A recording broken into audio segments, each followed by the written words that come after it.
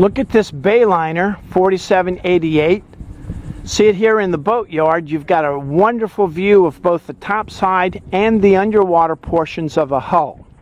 Let me first mention this is a 4788, so your radar arch is leaned forward on that diagonal angle. It's leaned forward. And the easiest way to tell if it's a 4588 is I believe that radar arch is leaned aft. So that's a quick tell from a distance if it's a 47 or a 45.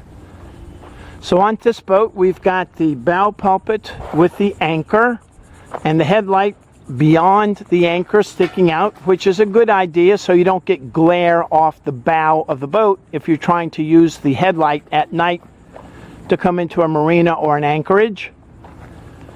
Here you can see the bow thruster. This bow thruster's got two propellers, giving it twice the power to move the bow back and forth. Looking up here on the side of the boat, I don't know if you recall, but this is where the engines breathe their air. So that's an air box. That's how air gets into the engine room. And then looking down here, you can see the keel and the propellers. And the propeller shafts have got two zincs.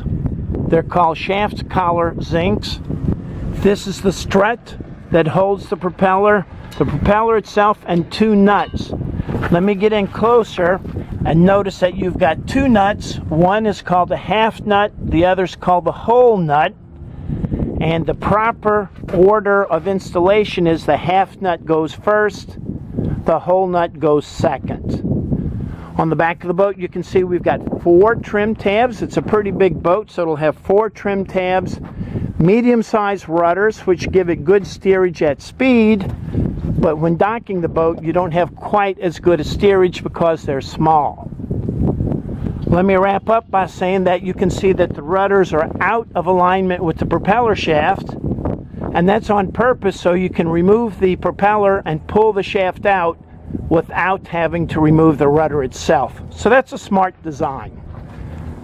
If you have any questions about boats, boat systems, learning about operating your own boat and do-it-yourself maintenance, ask Captain Chris.